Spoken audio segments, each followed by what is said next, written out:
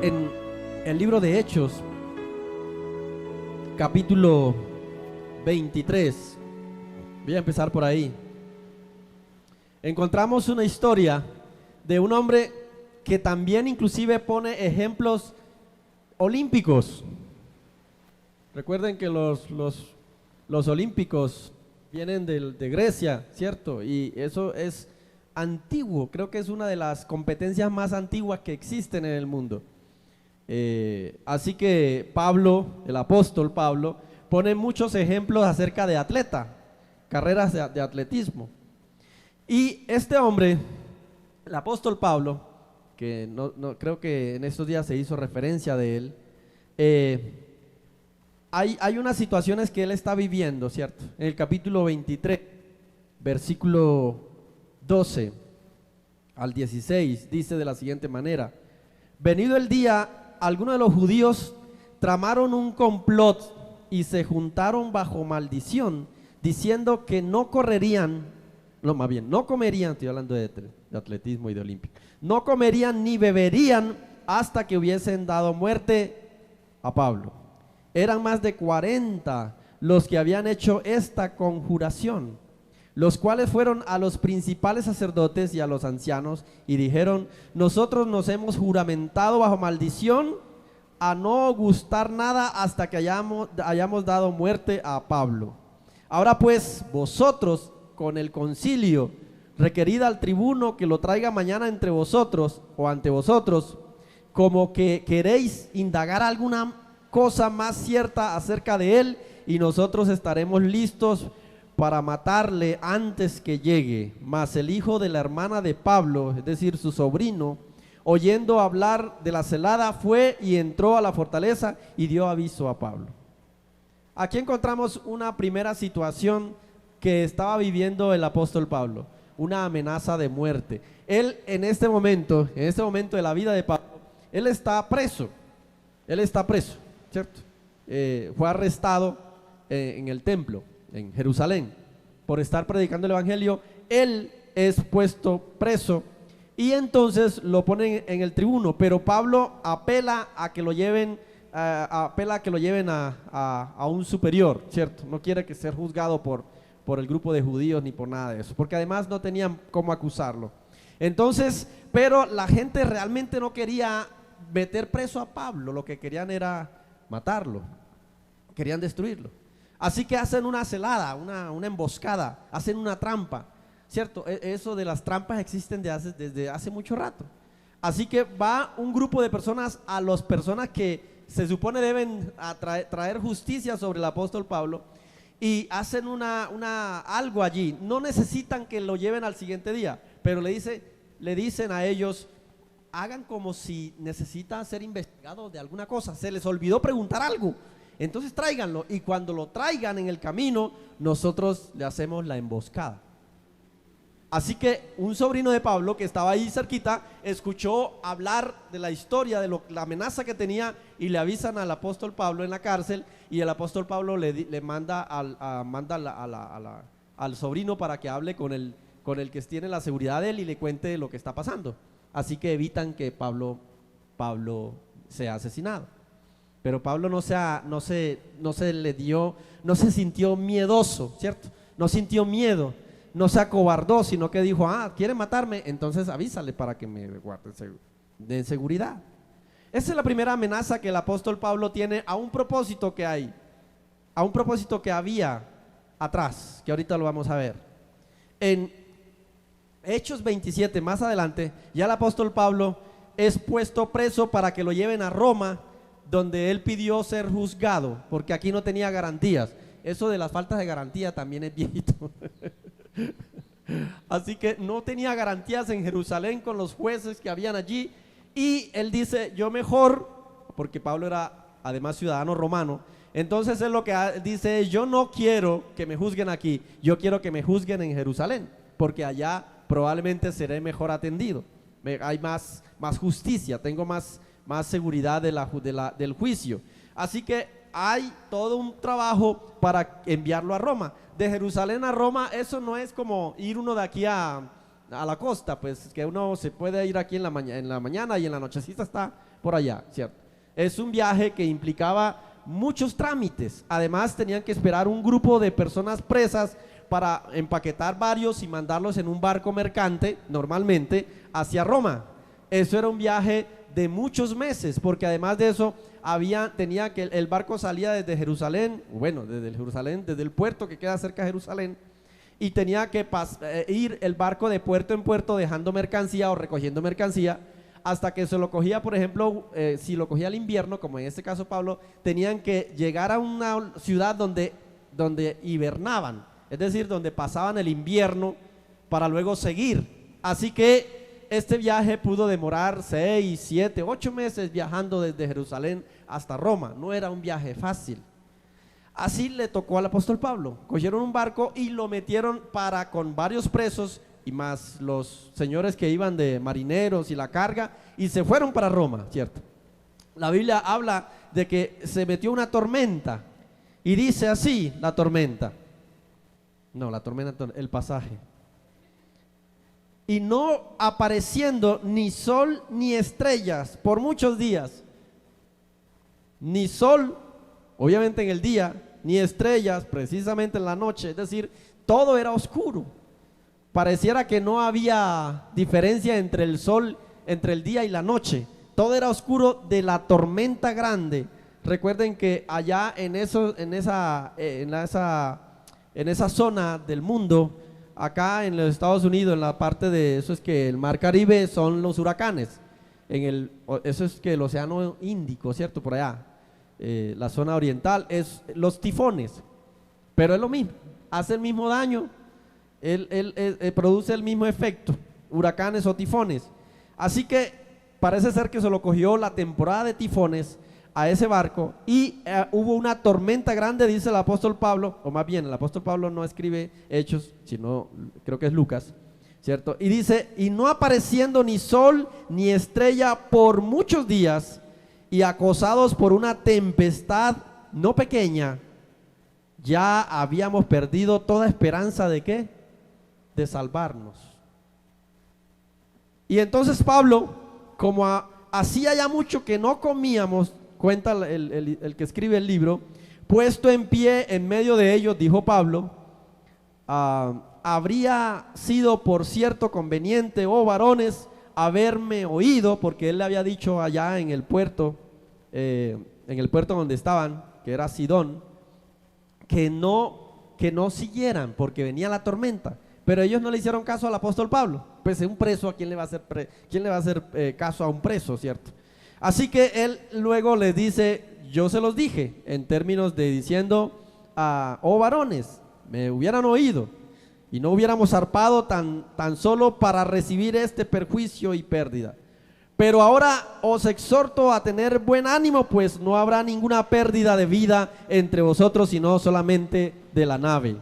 Entonces hay una amenaza de tormenta que amenaza, valga la redundancia, la vida de Pablo y la vida de todos, pero Pablo dice, todos están asustados y todos parece ser que van a morir, pero Pablo dice, no, yo no voy a morir, no se preocupen, no vamos a morir. Esa es la segunda amenaza que el apóstol tiene en su viaje a Roma. Pero más adelantico, el mismo capítulo, versículo 39, 27-39, dice que cuando se hizo de día no reconocían la tierra, pero veían una ensenada que tenía playa, en la cual acordaron varar si pudiesen la nave. Cortando pues las anclas, las dejaron en el mar, largando también las amarras del timón, e izada al viento la vela de proa, enfilaron hacia la playa. Pero dando en un lugar de 2 aguas, hicieron encallar la nave, y la proa hincada, es decir, como que se paró, quedó inmóvil, y la popa se abría con la violencia del mar. Parte del barco quedó varado, entonces la parte de otra quedó en el movimiento del agua. Y eso, pues obviamente no lo soportó la nave y se rompió. Así que la tercera amenaza que sufre el apóstol Pablo en su viaje a Roma es un naufragio. Pero no acababa de decir que no iban a morir, y ahora resulta que el barco se parte y ellos ya habían tenido que soltar toda la carga. En el viaje de la tormenta soltaron la carga que llevaban. Recuerden que era un barco mercantil, entonces ellos tiran toda esa toda la carga de la mercancía que llevan, la tiran. Solamente están ellos, no llevan nada, ni alimento ni nada, y el barco ahora se rompe, se parte. Entonces los soldados dijeron: para que no se nos escapen, entonces matémosle a los presos, matemos a los presos. Pero ya el capitán tenía una buena amistad con Pablo, entonces por amor a Pablo le dijeron: no matemos a Pablo, ni matemos a nadie. Con los pedazos de madera pudieron llegar a orilla de una isla que para ellos no tenía planes de estar ahí, digamos, dentro de su rutina no entraba a estar en ese puerto. Así es que Pablo se salva una vez más de morir. Y cuando llegan a la isla, todo remojado de frío, recuerden que ya está llegando la temporada de invierno, me imagino que el agua del mar es muy fría, todos temblorosos, sin nada para, digamos, para arroparse, porque toda la ropa la habían tirado al mar. Pues obviamente el barco se rompió y ya no había nada, sino lo único que tenían era lo que tenían puesto, pero estaba mojado, era lloviendo. Y entonces ellos se van a la orilla del mar, entran un poco a la montaña, y entonces el apóstol Pablo, que es muy activo también, empieza a recoger leña, ¿cierto? Ahí el versículo 28, capítulo 28, versículo 3 y 5. Entonces habiendo recogido Pablo algunas ramas secas, las echó al fuego, y una serpiente, huyendo del calor, mientras ellos buscaban el calor, la serpiente huía del calor. Huyendo del calor, se le prendió en la mano al apóstol Pablo. Cuando los naturales, o sea, cuando la gente de la isla vio la víbora colgando de la mano del apóstol Pablo, dijeron: este señor sí que es malo, se salvó de la tormenta, se salvó del naufragio, y ahora viene y le muerde la serpiente. Verdaderamente este hombre es culpable, porque imagínense, la muerte lo sigue, ¿cierto? Es como la historia esa de que yo he escuchado por ahí, cuando van los carros fúnebres de una ciudad a otra y sufre un accidente el carro fúnebre. Uno diría: no, imagínese, después de muerto uno sufrir un accidente o quemarse el carro. No. Entonces más o menos uno piensa: esa persona sí era muy mala, porque imagínense hasta dónde llega la situación. Pues esta gente pensaba eso del apóstol Pablo, que la tormenta se salva de la tormenta, se salva del naufragio, y ahora estando en tierra firme viene la serpiente y lo muerde. Así que es todos los que estaban alrededor de la fogata, está esperando que el apóstol Pablo se muera, pues caiga de un momento a otro ya por la serpiente, ¿cierto? Pero mientras otros estaban esperando que Pablo muriera, Pablo dijo: yo no, ¿cierto? Sacudió la serpiente de su mano y dijo: no, señor, yo voy para Roma. Precisamente así se llama la enseñanza de hoy: voy para Roma. Pero ¿por qué ocurre esto? Ahí es donde quiero centrarme. 4 amenazas en la vida de Pablo en su viaje a Roma. Recuerden que él estaba en Jerusalén. ¿Por qué es apresado? Porque allí está predicando la palabra del Señor, porque allí está cumpliendo con un llamado de Dios a predicar la palabra. Pero estos acontecimientos tienen un preámbulo, tienen una causa, tienen una situación. El viaje a Roma del apóstol Pablo no era simplemente porque se lo cogieron preso, era un propósito que había antes declarado el Señor. Versículo 23, capítulo 23, versículo 11.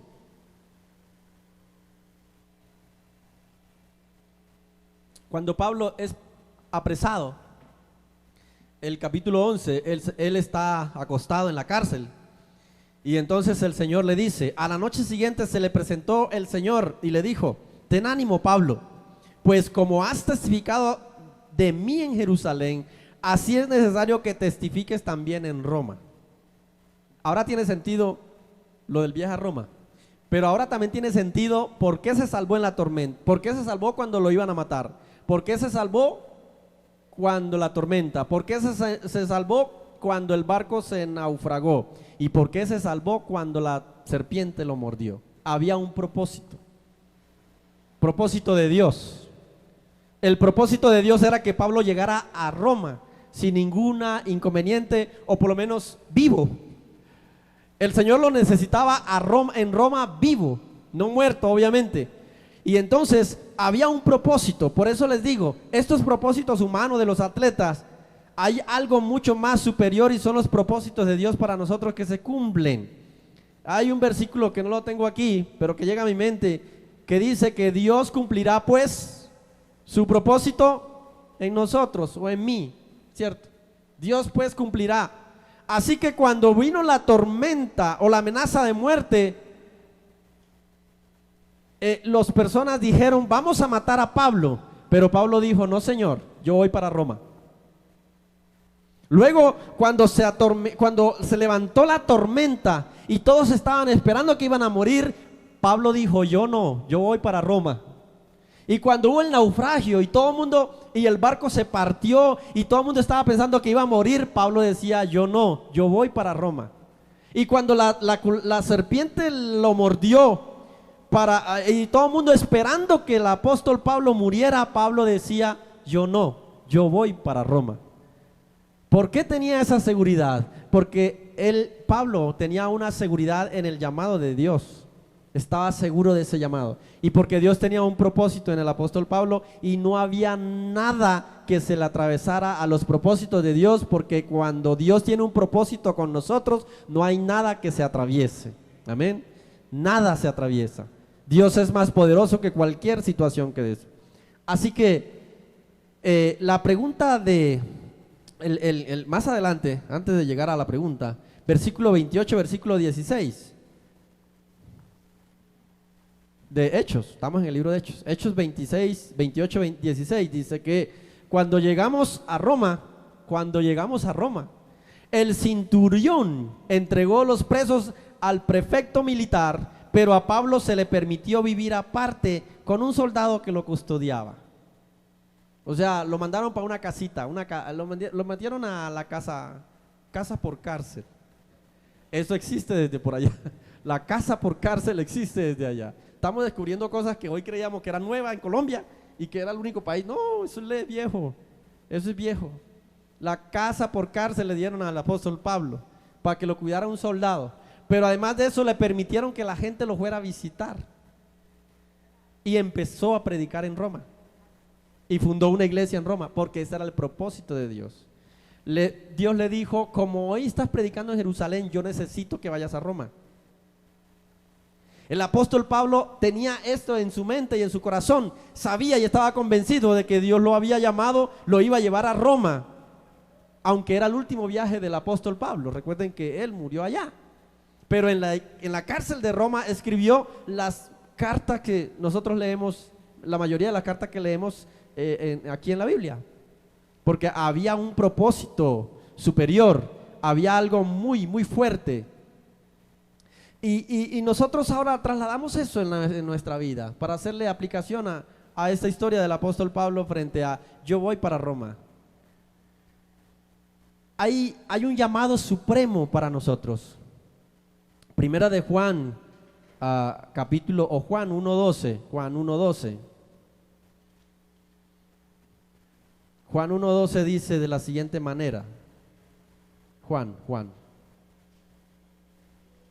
el Evangelio.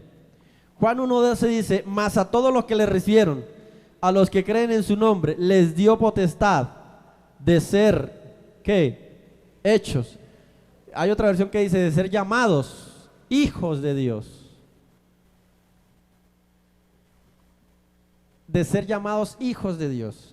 Y Primera de Juan, vamos a leer los 3 versículos que tengo aquí de una vez. Primera de Juan, capítulo 3, versículo 1 dice: mirad cuál amor nos ha dado el Padre para que seamos llamados hijos de Dios. Y Romanos, que escrito por el apóstol Pablo, precisamente una carta dirigida a la iglesia que fundó allá en Roma, Romanos 9:26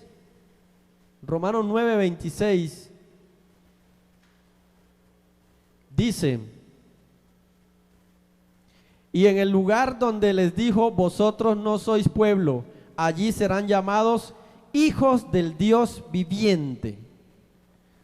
Hay un llamado supremo, e inclusive un llamado superior a todos los demás. El llamado de servir al Señor es secundario. El llamado, ese llamado del servicio, porque muchas veces nosotros estamos enfocados en el llamado de servir al Señor, ¿cierto? De yo trabajar en la obra, servir en la alabanza, servir en esto, servir en... Y creemos que ese es el llamado superior, pero el llamado superior es a ser hijo de Dios. Ese es el llamado superior. Nosotros no podemos servirle sin haber primero ser hijo. No podemos servir sin ser hijo. Así que el llamado superior de todos los llamados es el llamado que Dios nos hace a ser hijos de Él. Pero ahora, ser hijos implica también muchas situaciones en nuestra vida. Yo no sé si ustedes como el apóstol Pablo y como la atleta Hassam, creo que era el apellido. No sé si es como esos. Pero nuestra vida cristiana, la Biblia, el apóstol Pablo la pone en comparación de una carrera atlética. La pone en función de eso. La ejemplifica como una carrera atlética. Y él dice, ya yo he corrido la carrera, ahora me espera la corona, ¿cierto? La carrera implica mucho sacrificio, mucho entrenamiento y muchas situaciones duras, accidentes, golpes, una cantidad de cosas. La vida cristiana nuestra, la vida más bien cristiana es así, parecida, es una carrera. Va a encontrar muchos obstáculos.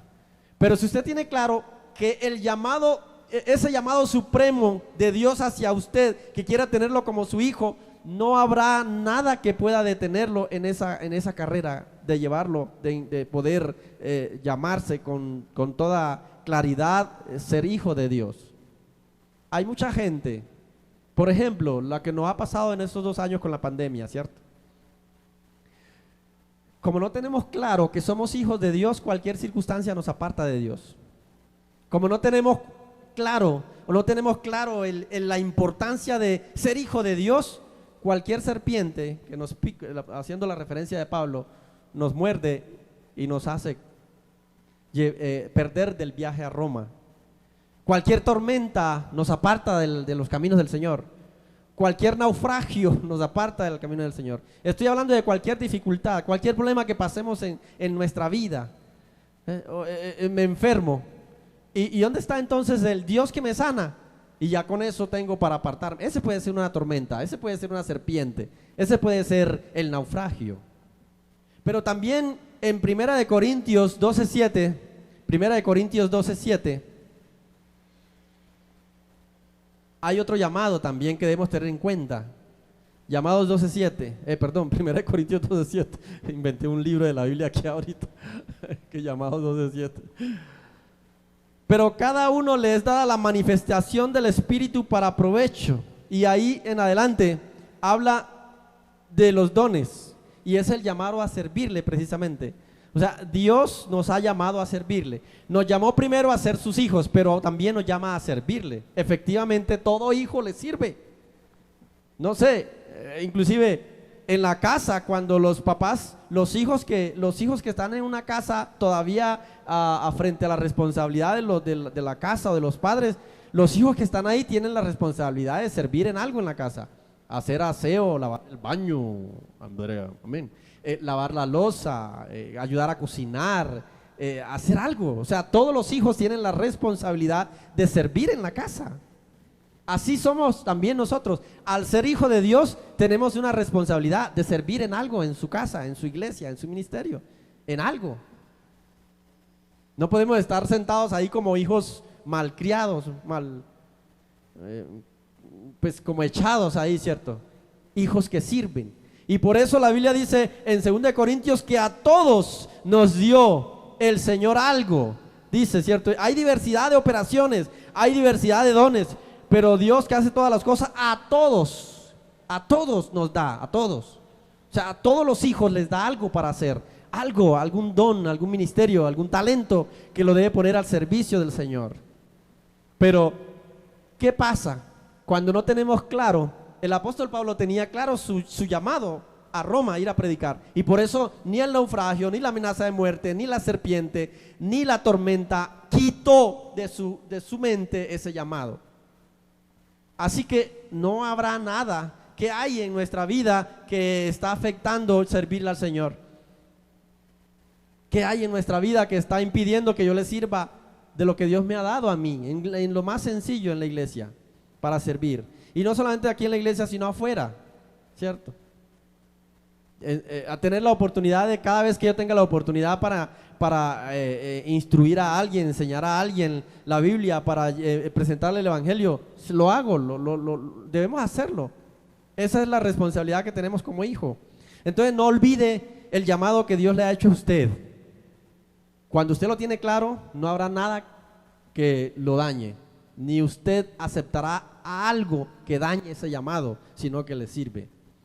Primera de Tesalonicenses, yo voy terminando. Primera de Tesalonicenses, capítulo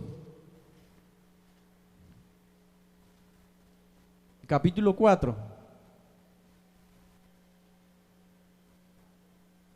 Primera de Tesalonicenses, capítulo 4, versículo 3, dice así. Vamos a leerlo desde el 2 para que entendamos el encabezamiento. Porque ya sabéis qué instrucciones os dimos por el Señor Jesús. Pues la voluntad de Dios es vuestra, ¿qué? Que vuestra santificación. Versículo 7 dice: pues no nos ha llamado Dios a inmundicia, sino a santificación. Y ahí en el siguiente libro de Tesalonicenses, segunda Tesalonicenses 2:13 dice: pero nosotros debemos dar siempre gracias a Dios respecto a vosotros, hermanos amados por el Señor, de que Dios os haya escogido desde el principio para salvación mediante la santificación por el Espíritu y la fe en la verdad. Así que otro llamado que Dios nos hace precisamente es ese, el de la santificación. Así que el primer llamado que Dios nos hace, el supremo, es ser hijo. El segundo es servirle. El tercero es santificación. No podríamos decir que el segundo y el tercero tendría que ir primero el uno y el otro. No estamos hablando aquí de uno mayor que otro, aunque el llamado de ser hijo es para mí el más importante, el primero, y lo demás deriva de ese. Pero Dios nos ha llamado a la santificación. Si yo tengo claro eso en mi cabeza, entonces no habrá nada que se atraviese o que impida que yo lleve una vida de santidad, una vida de santificación. Me explico. Por ejemplo, la Biblia está clara, inclusive hay otro versículo que dice: sed santos porque yo soy santo, ¿cierto? Uno muy conocido. Pero toda la Biblia está referenciada para que nosotros podamos vivir una vida de santidad, una vida de integridad, una vida, aceptada delante del Señor. Pero si yo tengo claro eso en mi cabeza, por eso hay otro versículo que dice que el Señor no nos ha dado espíritu de cobardía, sino de poder. ¿De qué más? De dominio propio. ¿De qué más? Amor. O sea, el Señor no nos ha dado espíritu de cobardía, sino sobre todo de dominio propio. Eso implica que cuando venga alguna situación, una serpiente, una tormenta, un naufragio, estoy hablando de cosas que pueden quitarme y hacerme perder la santificación, yo tengo que decir no. Yo tengo un llamado superior, el de la santificación. No me voy a enredar, porque yo tengo un llamado superior. Yo tengo un llamado superior, el de la santificación. Así que cuando vienen esas cosas que pueden apartarme del Señor, que pueden enredarme, que pueden enlodarme, que pueden dañar mi mente, que pueden dañar mi relación con Dios, yo le digo no. Yo lo sacudo y digo no, yo voy para Roma. Esa es mi meta, yo voy para Roma, ¿cierto? En este caso, yo voy para la santificación. Y si pudiéramos también coger esto y lo metemos en nuestra vida personal en cuanto a las metas personales. Aquí también pudiéramos hablar de muchas cosas frente a las metas personales, porque hay mucha gente porque el Evangelio no solamente es una cuestión de espiritualidad, el Evangelio es integral. La Biblia nos enseña a cómo ser hijo de Dios, pero también nos enseña a ser persona, humanamente hablando. Entonces, en ese sentido, yo no sé, también puede este mensaje ser aplicado a nuestros propósitos personales. Hay gente que no ha alcanzado nada porque se ha dejado llevar de la tormenta de la serpiente y del naufragio. Tiene un propósito, pero la tormenta viene y se va el propósito. Tiene un propósito y una meta, pero viene el naufragio, vienen los problemas, las dificultades, viene un obstáculo y no es capaz de vencer el obstáculo como hizo el apóstol Pablo, sino que se deja llevar y dijo, bueno, dejemos eso, aplazamos esa meta personal para otro momento. Hay gente que está llena de ideas buenas, pero no ha alcanzado esas ideas buenas porque ha permitido que la tormenta, que los problemas, que las dificultades, que los obstáculos, que la falta de, es que falta esto, es que falta esto otro, es que me faltó esto, es que no tengo quien me ayude, es que esto, es que lo otro. Si usted lo tiene claro que usted es hijo de Dios, Él se encargará de ayudarle para alcanzar la meta. Amén. Pero nosotros muchas veces dejamos que las dificultades y que esas situaciones se atraviesen y no nos permitan alcanzar nuestras metas y Así que piense cuál es el propósito, cuáles son las metas que aún en la vejez tiene y que hoy están sufriendo tormentas, hoy están sufriendo naufragio y está casi que desistiendo de esa idea porque usted lo ve difícil. El apóstol Pablo lo tuvo difícil también, 4 veces, no una, 4 veces. 4 veces, difícil, pero no se detuvo en esas dificultades, sino por el contrario, alcanzó. Y hay un versículo que tampoco lo tengo acá, pero que viene a mi mente, que dice, a los que aman a Dios, todas las cosas le ayudan a bien. El hecho de que Pablo naufragara allí en una isla que no era su meta pasar por ahí, creo que demoraron ahí 3 o 4 meses, o 6 meses, algo así. ¿Y qué fue lo que pasó en esa isla? Inclusive yo prediqué sobre ello hace no sé cuánto. No estaba dentro de la meta de la evangelización. Y sin embargo, la tormenta hizo que la isla fuera evangelizada. Y allí se sanó mucha gente. Y allí Dios se mostró de manera sobrenatural a través de sanidades, milagros. El dueño de la isla, básicamente, tenía personas enfermas, familiares enfermas, y fueron los primeros que fueron sanados por el apóstol Pablo. Así que ahí dice, a los que aman a Dios, todas las cosas le ayudan a bien. Así que Pablo predicó en esa isla, dejó allí una iglesia montada, dejó gente allí que conociera al Señor, y cuando se fueron de ahí, la Biblia dice que la gente le regaló cosas al apóstol Pablo, pero a todos los que iban en el barco. O sea, ellos perdieron todo, pero cuando salieron de esa isla, salieron bendecidos. La gente le regaló cosas. Me imagino que el barco salió cargado ahora no de la mercancía, sino de las cosas que cada uno llevaba personalmente para Roma. Así que eso es cuando realmente uno tiene claro en su mente esos llamados de Dios para nosotros. El llamado a ser hijo, el llamado a servirle, el llamado a santidad y el llamado a cumplir nuestras metas personales.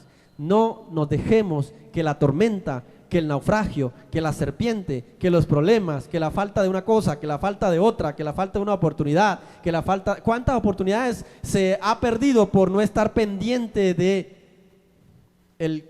la meta? Entonces, permita que Dios actúe. Sí, hay dificultades, eso es efectivo. Hay problemas, hay una cosa y la otra. Pero como Dios es el que tiene ese propósito en su vida, recuerden que Él fue el que le dijo a Pablo, yo necesito que vayas a Roma, yo quiero que vayas a Roma y prediques allá, yo lo deseo, ese es mi propósito, que vayas allá. Y aunque se atravesaron múltiples cosas, Pablo llegó a Roma y Pablo predicó en Roma y Pablo hizo una iglesia en Roma. La carta a Romanos es una carta dirigida a esa iglesia que fundó allá. Si Pablo se hubiera en la primera amenaza que tuvo de muerte hubiera desistido, o si en la tormenta ¿cierto? O si en la tormenta, o si en el naufragio, o si en la serpiente hubiera dicho, ay Dios mío, aquí me llegó. La serpiente, el veneno lo hubiera matado y no hubiera llegado a ninguna meta. Pero él seguía creyendo en que Dios estaba en el asunto, así como Dios está en todos nuestros asuntos, si realmente le amamos, como dice el versículo, a los que aman a Dios, todas las cosas le ayudan a bien.